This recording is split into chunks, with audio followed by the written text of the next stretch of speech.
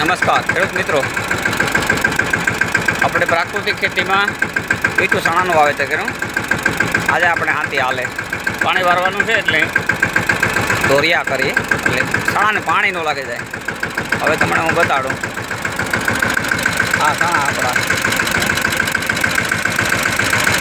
આજે 1 મહિનો ને 2 દિવસ થયા.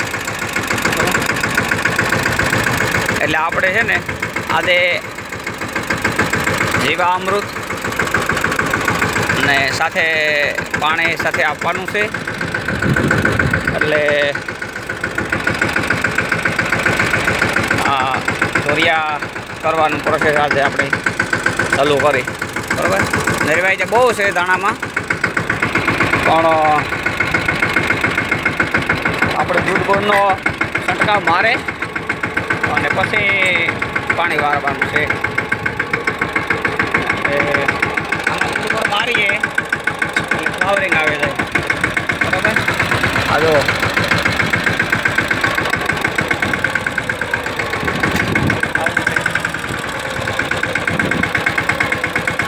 આ દોરિયા થતો જાય.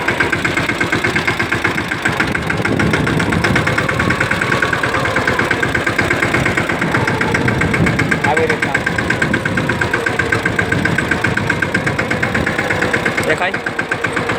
આવું મીઠું ચણા છે અને બહુ સારા ચણા છે. આમાં કંઈ કરવા પૂરતો ચણા છે ને દૂધ ગોળ ને બહુ આપણે છાંટકાવ મારે અને 20 ગ્રામ ભેરી હિંગ નાખવાનો છે આમાં. એટલે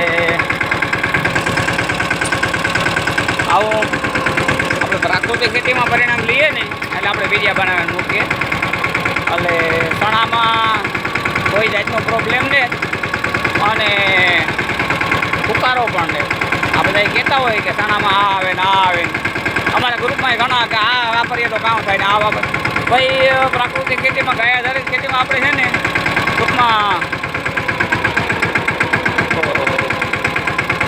જીવામૃત ને ઘન જીવામૃત ને બીજા અમૃતને આ બધું કર્યું હોય ને તો વાંધો ન આવે.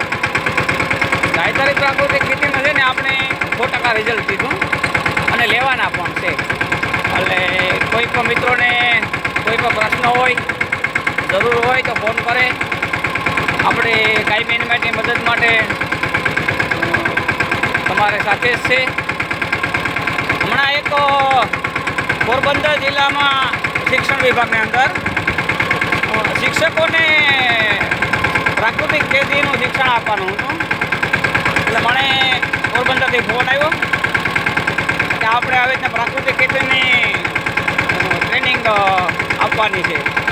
તો મેં કીધું કંઈ વાંધો નહીં. તો કે તમારી સામે શિક્ષક કહીને કે કંઈ વાંધો નહીં. એટલે આપણે ગાય માતાનું મહત્ત્વ વધાર્યું. શિક્ષકોને શિક્ષણમાં પ્રાકૃતિક ખેતી કેવી રીતના કરવી એ પણ આપણે એ લોકોને શીખવાડ્યું અને એ લોકોને બહુ જ મજા આવી કે ના ના કરવા જેવું હોય તો કોઈ આ જ છે એ. એટલે પ્રાકૃતિક ખેતીમાં આપણે જોવો આ રિઝલ્ટ લીધું ને એ 100% છે. પ્રાકૃતિક ખેતી કરીએ અને કરાવીએ અને એક ગાય એક ઘેર બાંધીએ તો આપણા ખેડૂતને આપણે સંદેશ આપવાનો છે. અને આ વિડીયો શેર કરજો, કારણ કે આ લોકોને ખબર પડે કે એક ખેડૂત પણ શિક્ષકોને શિક્ષણ આપે શકે. એના માટે એ લોકોએ મને બોલાવ્યો હતો એટલે આપણે મજા કરી અને એ લોકોને પ્રાકૃતિક ખેતીનું શિક્ષણ પણ આપણે આપ્યું. એટલે ખેડૂતનો દીકરો શું ન કરી શકે એ આપણે એક દાખલારૂપી પણ છે. એટલે બધા જ ખેડૂતોને મારા વંદન, નમસ્કાર, જય ગૌ માતા, અસ્તુ.